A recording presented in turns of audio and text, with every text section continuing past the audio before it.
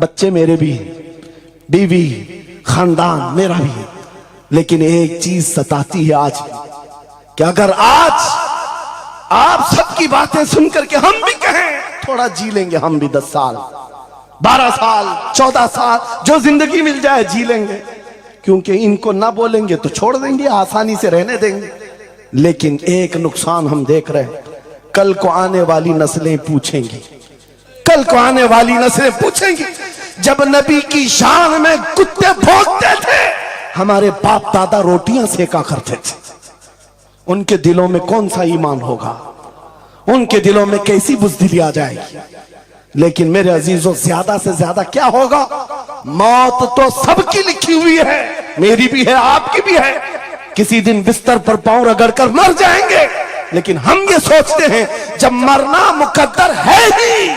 یوں بھی تو کسی دن دنیا سے جانا ہے، نبی پاک کا نام بلند کر کے جائیں گے، نسلیں اس بات کے لیے سینہ چوڑا کر کے کہیں گی نہیں، سارے اگر کتے بھونک رہے تھے، میرا باپ میرا دادا نبی کی شان میں عظمت رسالت کے دفاع کے لیے تنہا کھڑا تھا یا علماء میں سے کوئی کھڑا تھا، ان کے فخر کے لیے اتنی بات کافی ہے اور ان کے ایمان کی حفاظت کے لیے اتنی بات کافی ہے۔ سبحان اللہ سبحان اللہ۔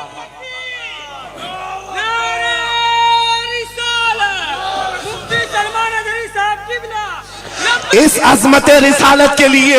آپ کو کیا سمجھ آتا ہے، بہت دن ہو گئے ہمارے آرام کے، بہت دن ہو گئے سکون کے، نبی کے نام پر ہم نے روٹیاں بہت کھائی، حضور کی عزت پر کیا کیا نہیں ملا ہم کو، کون سے دن تکلیف آئی ہے، کون سے دن تکلیف آئی ہے۔ یہ اہل بیت کو دیکھ رہے ہو، آپ کو پتا ہے وہ باب الحوائج امام موسیٰ کاظم، اہل بیت کے اس بڑے امام کی بات کر رہا ہوں جو امام جعفر صادق کے بیٹے ہیں، لیکن 7 سال تک وقت کے ظالم طاغوتی طاقتوں نے جیل میں رکھا،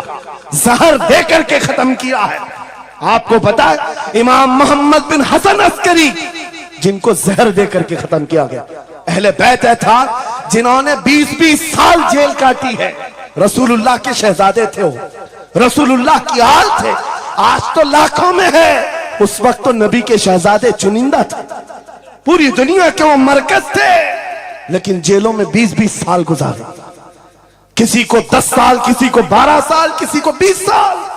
آپ کو پتا ہے امام موسیٰ کاظم کو زنجیروں سے بھی مارا گیا تھا، زنجیروں سے۔ آپ اپنے باپ کو مار کھاتا ہوا دیکھ کر کے نہیں برداشت کر پاتے، ہمارے وہ عظیم اماموں کی بات کر رہا ہوں جنہوں نے میرے نبی کی شریعت کی دفاع کے لیے جیلوں کی زندگی، حتیٰ کہ روایت یہ بتاتی ہے مولا امام موسیٰ کاظم کا جنازہ بھی جیل سے نکلا۔ میرے عزیزو یہ سب کیا باتیں صرف بیان کرنے کے لیے رہ گئی، علماء ذوی الاحترام اس منصب کو ہاتھ سمجھیں، آج زیادہ سے زیادہ یہی ہوگا۔ اسی کچھوچا مقدسہ کے ایک بزرگ تھے جو میرے بہت بڑے آئیڈیل ہیں،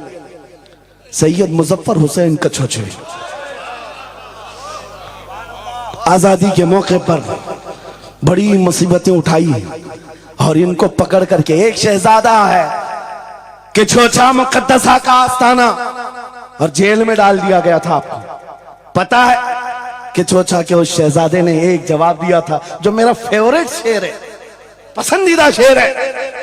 آپ نے کہا تھا مظفر کو مقید نہ سمجھے سیاد، میری اسیری بھی سنت آبائی ہے، ماشاءاللہ، میری اسیری بھی سنت آبائی ہے، مظفر کو مقید مت سمجھے سیاد۔ آپ کو پتا ہے یہ تاریخ ہے ہماری، لیکن سب کی سب تاریخ اس لیے دہرا رہا ہوں کہ ہماری عزت اسی میں موجود ہے، وہیں پر ہے،